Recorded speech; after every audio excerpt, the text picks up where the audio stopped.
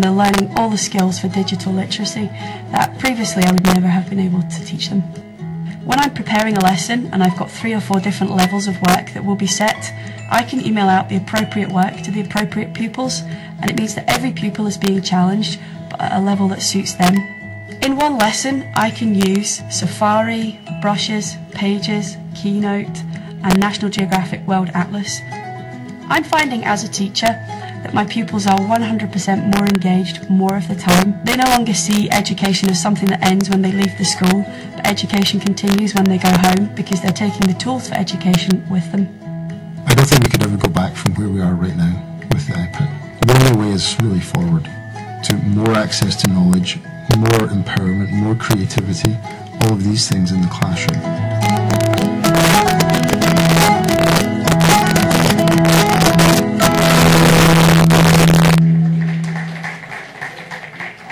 I do apologize for the American cheesiness of the video, okay?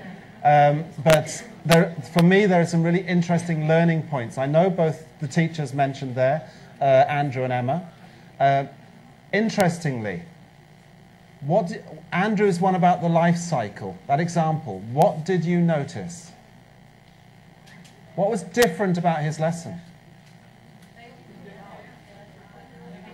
Okay, they did a practical thing outside, yes. But what about the task he set his students? Correct. Everyone came up with something that they felt comfortable with producing. It was their ownership. Okay, really important. In Emma's example, the point I want to bring out, because I realize I'm running into coffee time, was the fact that usually when people go to some sort of internet suite or computer suite, they go there and do one task. What she had was a completely integrated set of different activities related to the curriculum. And this is my point. We have teachers who are interested in these things, okay? Yeah, we're interested in the curriculum, we're interested in results, we're interested in engagement, okay? Because we know they all go together. Kids, they're interested in this. Things that aren't boring, friendship and success. How do we join them together? And my belief is it's through that choice, giving them that media-rich opportunity. And I'm not talking about just going to YouTube and watching something. I'm talking about creating something, like those kids were doing.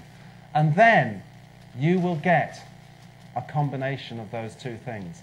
And this is why I come back to Dr. David Wallace Hadrill, okay?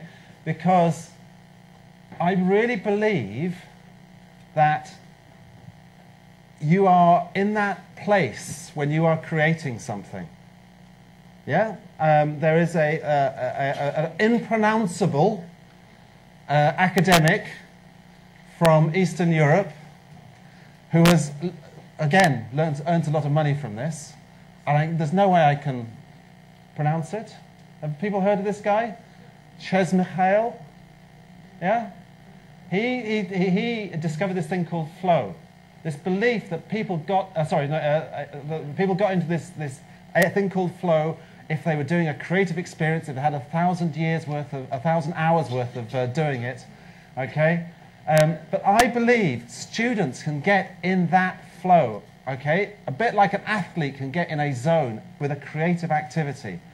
And by doing that, you actually get round lots of different things. Because in some schools, where on this axis, yeah, you have too high the challenge and that you're not giving them that learning repertoire, i.e. you ask them to write things down the whole time, you're going to get frustration with your kids. Yeah? But by also not giving them a challenge, they're going to become apathetic. People understand what apathetic is? It's a bit, yeah, it's indifferent.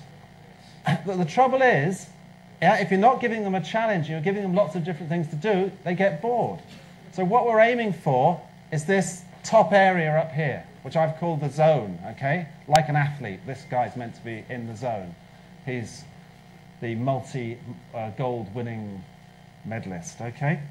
So I just wanted to sort of close on one point to ask you a couple of questions, okay? What do digital learners look like? Okay? They look like this guy. I had to put this guy's pictures in here because I don't know if anyone's heard him speak.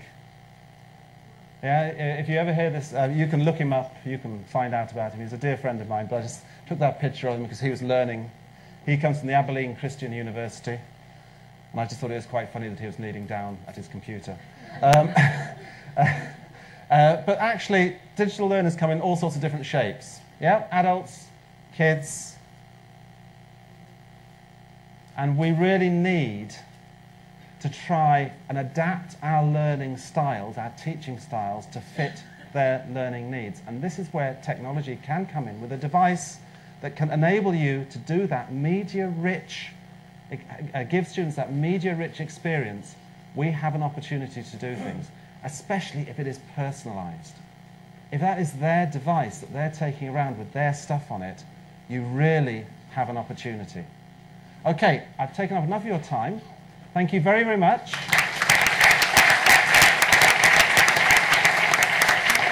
And sorry if I got a bit hot. Do we want to take questions? Do you want to ask questions?